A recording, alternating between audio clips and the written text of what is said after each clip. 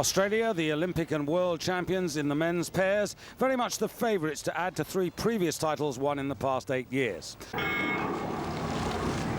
And this race is all about, can anybody hang on and beat the Australians, which I think the Australians, there 3 we're looking at in the stroke seat, and Drew Ginn behind him are the crew of the championships. I think they, out of all the crews here, are probably the fastest and the best. And if that intimidates anybody, it certainly doesn't intimidate the New Zealand, because, I mean, they are so brave. Look at the way they've taken it off. And in the stroke seat there, George Bridgewater, such a dramatic start, and really got to take it on to the Australians. The New Zealanders were narrowly beaten in Lucerne in the final of the World Cup regattas for the season, so they know what they have to find. That said, the Australians have looked mighty impressive here in the build-up to this final. But on the near side, we've got France, these 2 young men who've emerged out of the French 8 in the last couple of seasons. 2 from the bottom of your picture, you've got Ramon Di Clemente and Donovan Sesh for South Africa. Really disappointed last year. These men who were only in the B final, they won that, but they were silver medalists a couple of years ago, bronze in the Olympics. So they're trying to recapture their former glory days. But here you have Duncan Free and Drew Ginn, and already into that remorseless, relaxed rhythm. Absolutely, 39, 40 strokes a minute, and I'll tell you, looking at them, it doesn't seem that high because they're so relaxed. And you've got the massive bulk, 6'6", and 100 kilograms from Duncan Free. Came into the sport as a sculler in the stroke seat of that pair, that's taking them through 500. But what a brave effort from the Kiwis there.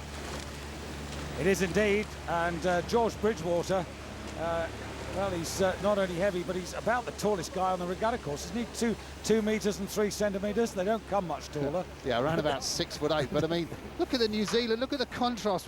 Those New Zealanders are up at 41, 42 strokes a minute. That is amazing for a coxless pairs race. You'd normally expect crews to settle around, highest about 38 at this part of the race, but they are just so aggressive. And I think they've worked out the way to try and beat this Australians, the crew of the regatta, is to take the race to them. And these 2 are just going out completely away from the field. And the Serbians, traditional fast starters, well, I don't think they're going to be there at the finish, but at the moment, the pace of the Australians and New Zealanders is sensational. Yeah, the Serbians on the far side, they were gold medalists last year in Eton in the Cox pair.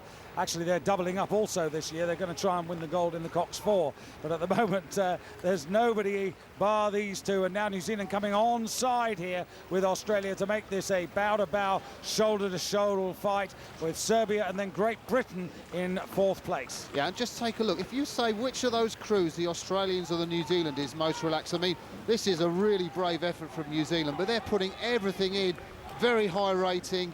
Okay, so they're moving the boat well, but across, if you just take a look at those Australians, more languid, more fluid, experience of Drew Ginn. Remember, he was the one who won this title with James Tompkins in Athens, and it's taking them through to 1,000 metres in the lead, I think. Yes, and despite the New Zealanders really pushing hard, 137.16 for that second quarter. Serbia, France and Great Britain all very close together there for 3rd, 4th and 5th places, but Australia now beginning to open up once again. Yeah, and you can see there that the New Zealanders they've made their big move. They tried to get their bows in front of the Australians, but the Australians shows their class, and they've just said, okay, so you've made your move, right, we'll just lengthen out, we're just pushing this third 500, and that is a significant change in pace from the Australians. Got a canvas in front there, just moving out perhaps to half a length, but Bridgewater at the stroke, he's not going to let up. He's battled the whole way down. He's going to hang on for this third 500 metres.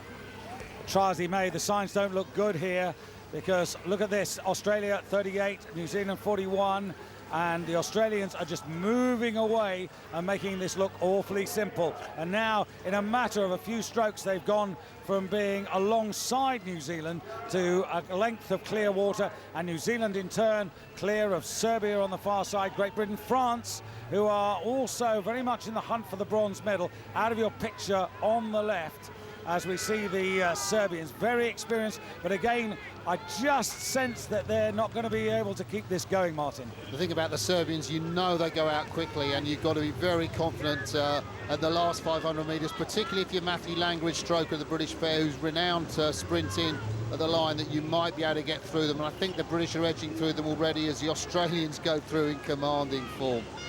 Yeah, that's astonishing. 1:36.54, the third quarter there for Australia, and they've certainly made the gold medal their own.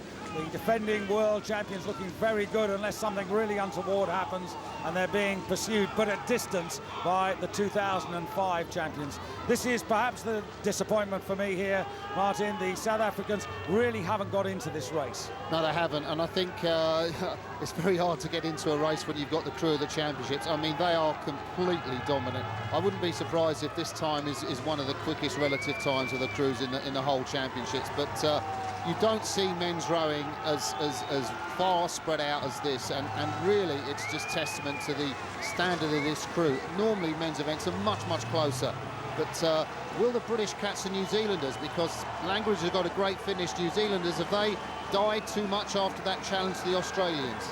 Well, they certainly used up an awful lot of energy in the first 1,000 metres, and they've got no more to give. They're just holding that position, and little by little, the British are eating into that advantage. But there are plenty of Australian fans here, some 20,000 fans here in the stand, and this will warm the hearts certainly of the Australians, because this is a truly world-class performance. As you said, you don't see many finals at this level won by this margin, but literally everybody who is a rowing fan is on their feet and applauding Duncan Free and Drew Ginn, who have defended their championship magnificently ahead of New Zealand. George Bridwater and Nathan Twaddle, they take another silver medal, and closed on by Matt Langridge and Colin Smith. France fourth, then South Africa fifth, and I'm afraid the petrol ran out for Serbia on the far side in lane one. Last year, these two Australians took this title at Eton in a world best time of 6:18. Today, they eased home in a comfortable 6:24.99, over 5 seconds clear of the field. Drew Ginn and Duncan Free a class apart, and already the clear favourites for Beijing.